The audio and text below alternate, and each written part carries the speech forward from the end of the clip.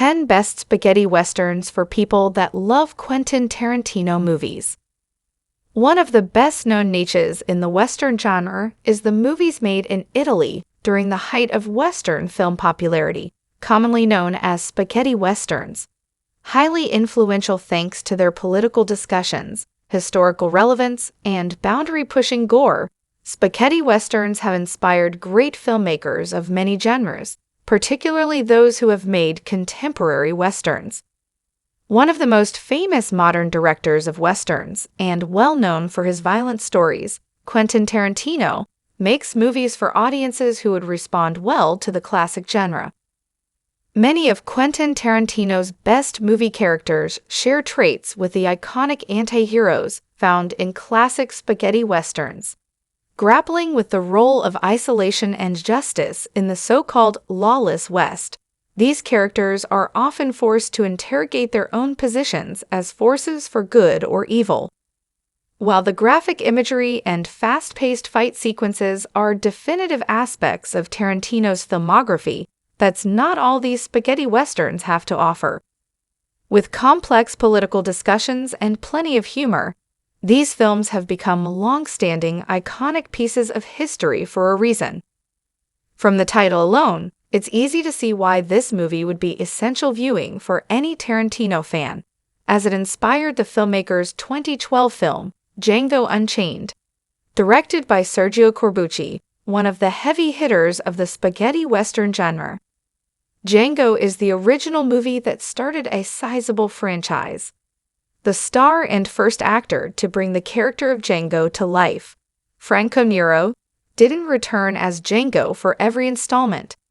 However, he continued making his name as one of the biggest Western stars of his time in works like Keoma and The Mercenary.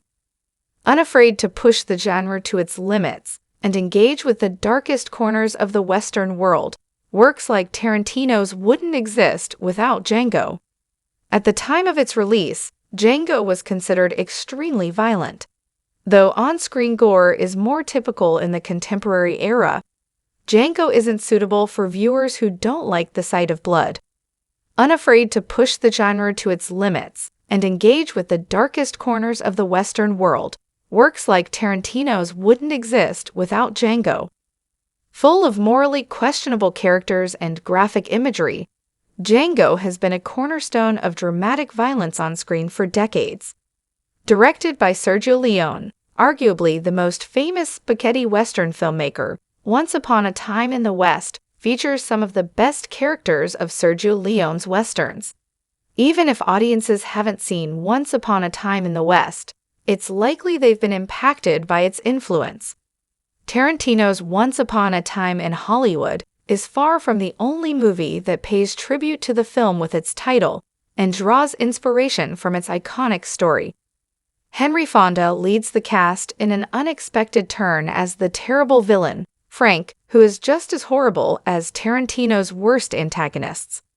Widely regarded as one of the best spaghetti westerns of all time, Once Upon a Time in the West is the definitive work from this era and genre, becoming synonymous with what a western should be.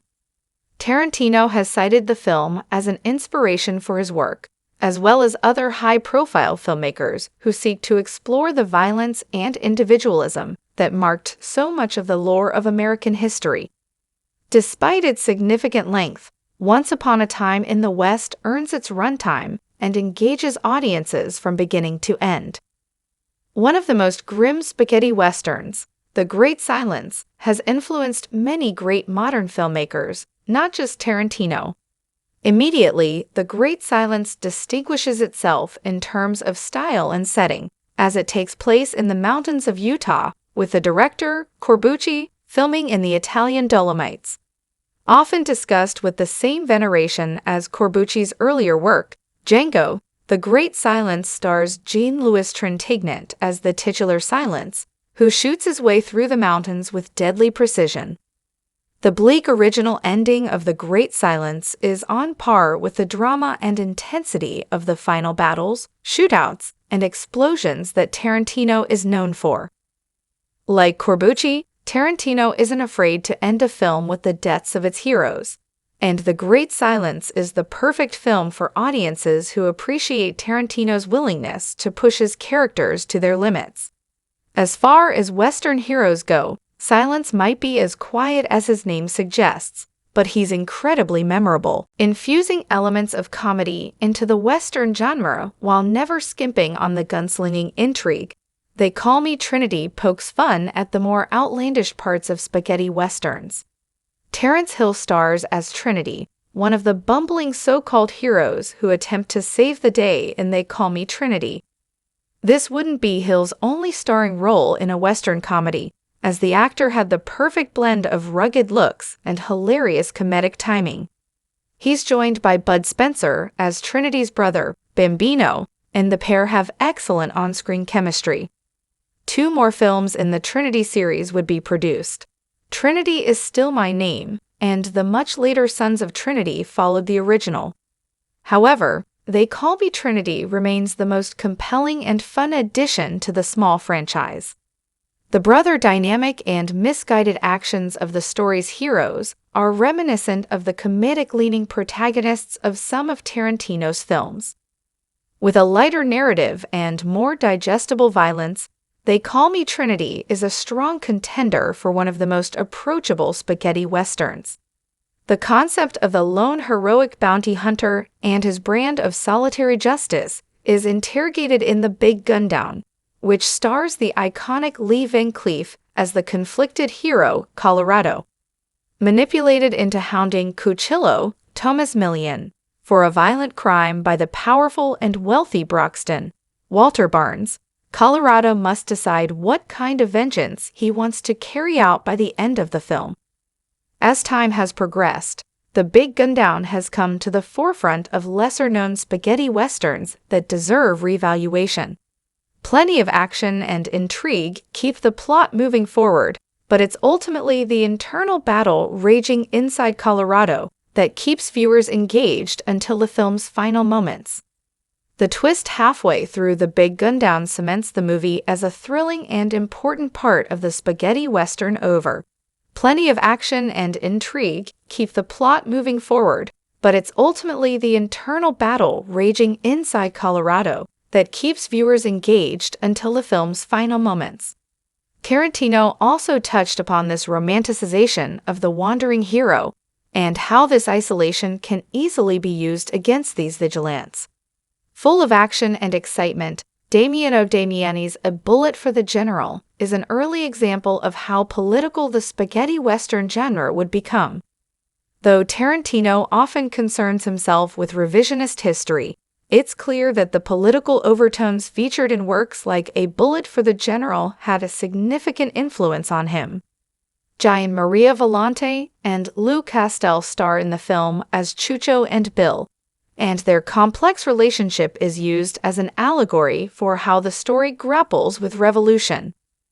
While it's clearly in favor of liberation and revolution over personal gain and foreign intervention, A Bullet for the General can be interpreted in many ways. However, its lasting impact is largely thanks to how relevant the narrative was at the time of its release, and how it stood the test of time into the contemporary era. A Bullet for the General's interest in both historical discussions and well-choreographed action sequences speaks to Tarantino's own incorporation of world history into his work and his violent style.